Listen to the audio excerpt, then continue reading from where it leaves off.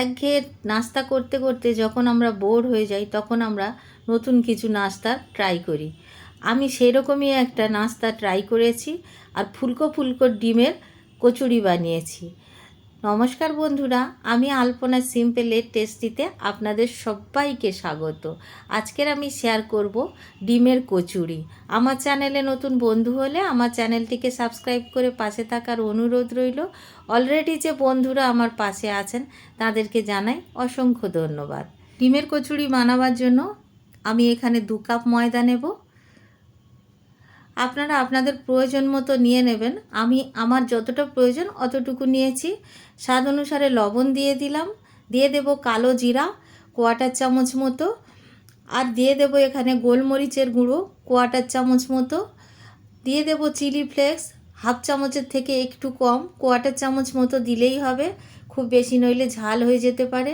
এখানে গোটা জিরা দিয়েছি, আপনাদের কাছে যদি জোয়ান থাকে জোয়ানও দিতে পারেন জিরার পরিবর্তে। আর এখানে আমি 2 টেবিল চামচ রিফাইন্ড তেল দিয়েছি, আর তেলটা দেওয়ার পরে খুব ভালো করে ময়াম দিয়ে নেব।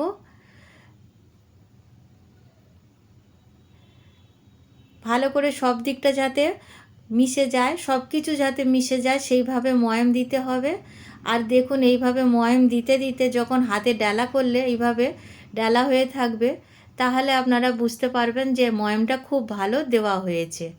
ময়ামটা ভালোভাবে না দিলে তাহলে কী হবে, কচুরির সব দিকে সব মশলাগুলো যাবে না।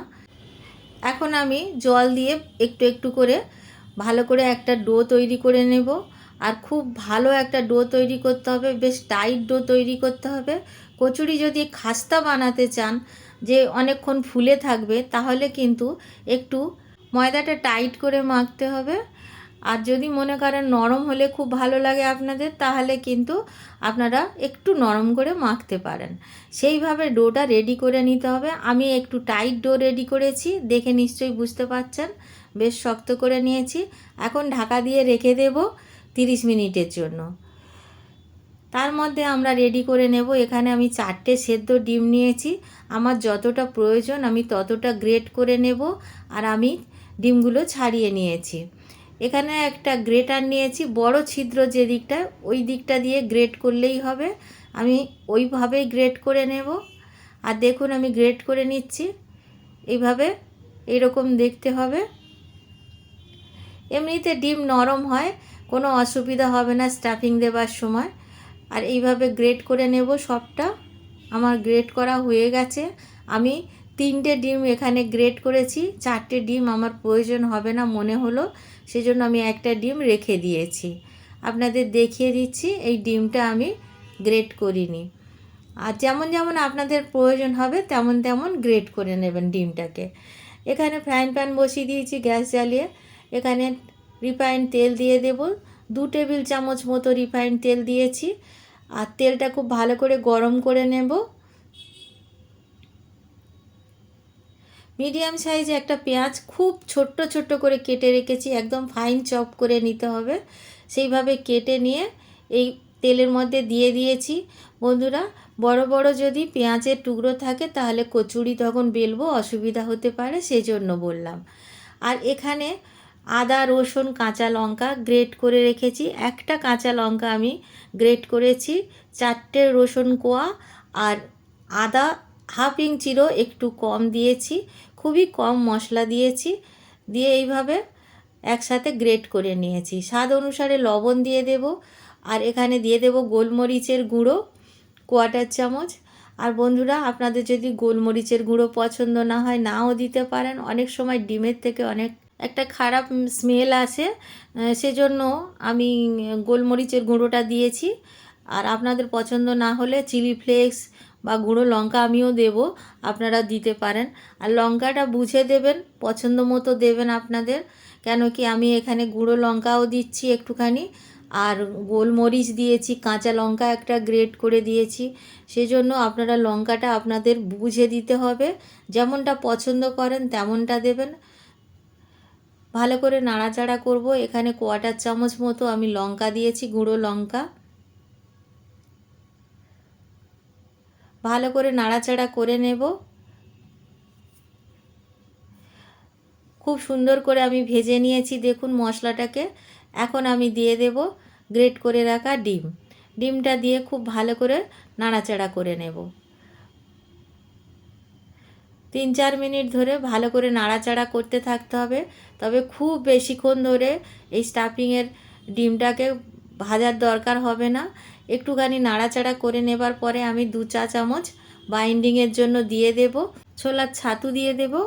আর আপনারা যদি ছোলার ছাতু হাতের ধারে না থাকে, আপনারা এখানে কর্নফ্লাওয়ারও একটুখানি দিয়ে দিতে পারেন। তাতে কী হবে, সুন্দর বাইন্ডিং থাকবে আর ছেড়ে ছেড়ে যাবে না। এমনিতেই ডিম নরম থাকে, খুব বেশি ছেড়ে ছেড়ে যায় না। এভাবে একটু নাড়াচাড়া করে নেব লো ফ্লেমে রেখে।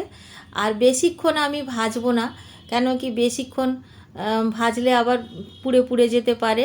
ছাতু দেওয়ার পরে একটুখানি নাড়াচাড়া করে এখন ধনিয়া পাতা দিয়ে দেব কুচিয়ে। একদম ফাইন চপ করে দিতে হবে। আর আমি গ্যাসের ফ্লেম অফ করে দিয়েছি, আর তারপরে ধনিয়া পাতা দিয়েছি। আর ধনিয়া পাতা যখন আমরা দেব তারপরে একদম নাড়াচাড়া করে মিশিয়ে নিয়ে নামিয়ে নেব। আর বেশিক্ষণ আমরা রান্না করব না, তাই গ্যাসের ফ্লেম আমি আগেই অফ করে দিয়েছি। আর এখন আমি একটা প্লেটের মধ্যে রেখে দেব।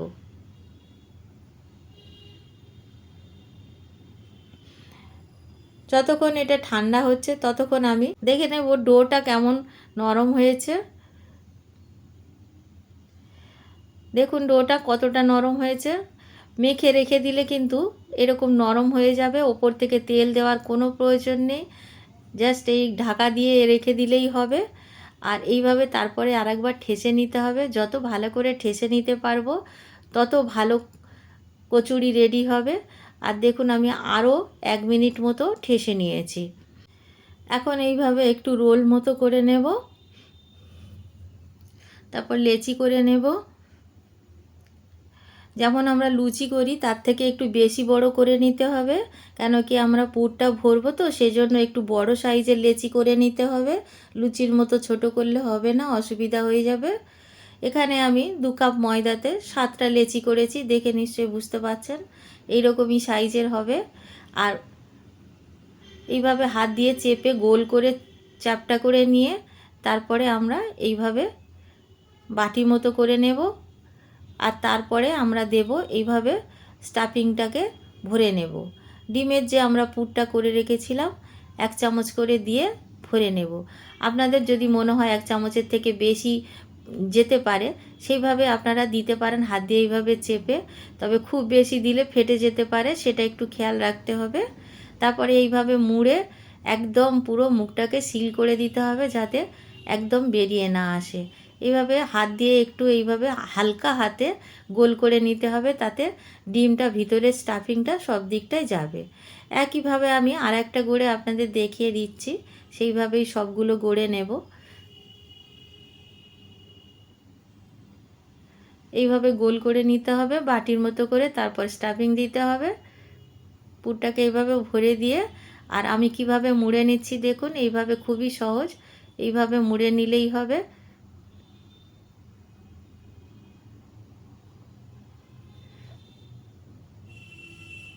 দেখুন এইভাবে আমি মুড়ে নিয়েছি, আর নিয়ে এইভাবে আলতো হাতে গোল করে রেখে দিয়েছি। একইভাবে আমি সবগুলো গড়ে নিয়েছি। এখন আমি বেলার জন্য এখানে যার মধ্যে রেখে বেলবো, আমরা চাটু বলি, চাটুর ওপরে একটু তেল দিয়ে দিলাম, আর বেলনের ওপরে একটু তেল দিয়ে দিলাম। দিয়ে এইভাবে হাত দিয়ে একটু চেপে দিয়ে বেলে নিতে হবে।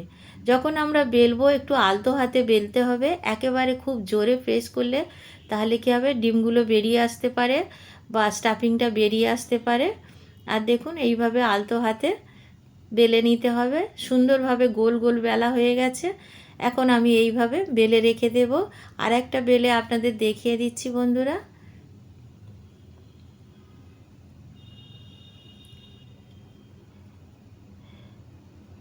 এইভাবে সব বেলে নেওয়া যাবে।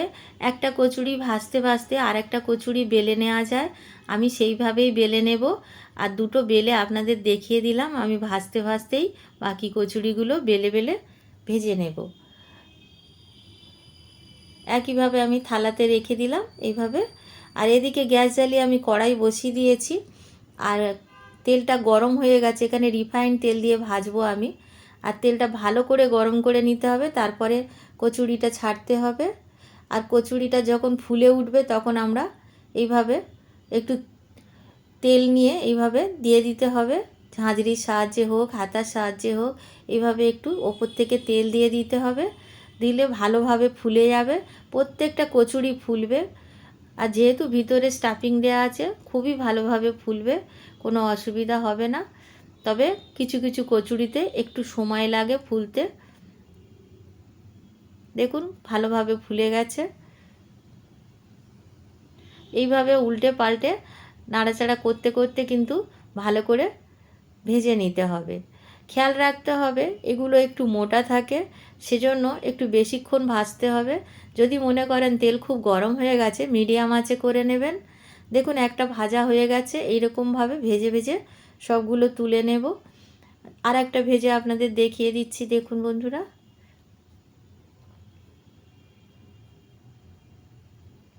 একইভাবে ভেজে নিতে হবে। বন্ধুরা ভিডিওটি যদি ভালো লাগে একটা লাইক দিয়ে দেবেন। আমার চ্যানেলে নতুন বন্ধু হলে আমার চ্যানেলটিকে সাবস্ক্রাইব করে দেবেন। পাশে থাকা বেল আইকনটি প্রেস করে দেবেন, যাতে এই ধরনের ভিডিও আমি যখনই আপলোড করব আপনার কাছে সবার আগে পৌঁছে যায়। দেখুন বন্ধুরা একইভাবে আমি সবগুলো খুব ভালো করে উল্টে পাল্টে ঘুরিয়ে ঘুরিয়ে ভেজে নিয়েছি। সবগুলো খুব সুন্দরভাবে ফুলেছে, দেখে নিশ্চয়ই বুঝতে পারছেন আমার সবগুলো ভাজা হয়ে গেছে। এখন আমি একটি প্লেটে সার্ভ করে দেব। আমি আলুর দম দিয়ে সার্ভ করছি। আলুর দমের রেসিপিটা আজকে দেখালাম না, আর অন্য কোনো সময় দেখাবো। যদি আপনারা দেখতে চান কমেন্ট করে জানাবেন। আর দেখুন কতটা ফুলেছে আর কতটা সুন্দর হয়েছে। অনেকক্ষণ ফুলে থাকবে এইভাবে বানালে, তাড়াতাড়ি নরম হয়ে যায় না। আর দেখুন একটা কেটে আমি দেখাচ্ছি ভিতরটা কেমন দেখতে হয়েছে। আমি এইভাবে কেটে এই জন্য আপনাদের দেখাচ্ছি, দেখুন যাতে ভিতরটা আমি দেখাতে পারি। এইভাবে একদম সুন্দরভাবে ডিমের স্টাফিংগুলো দেখা যাচ্ছে। আমি একটা আলুর দম দিয়ে খেয়ে আপনাদের বলছি কেমন লেগেছে। দেখুন কত সুন্দর দেখতে হয়েছে, দারুণ লেগেছে বন্ধুরা। আপনারা বাড়িতে বানাবেন, কেমন লাগলো কমেন্ট করে জানাবেন। রেসিপি যদি ভালো লাগে লাইক করবেন, শেয়ার করবেন। নতুন বন্ধু হলে সাবস্ক্রাইব করতে ভুলবেন না যেন। আজকের এই পর্যন্ত, দেখা হবে পরের ভিডিও নতুন কোনো রেসিপির সঙ্গে। সুস্থ থাকবেন, ধন্যবাদ, নমস্কার।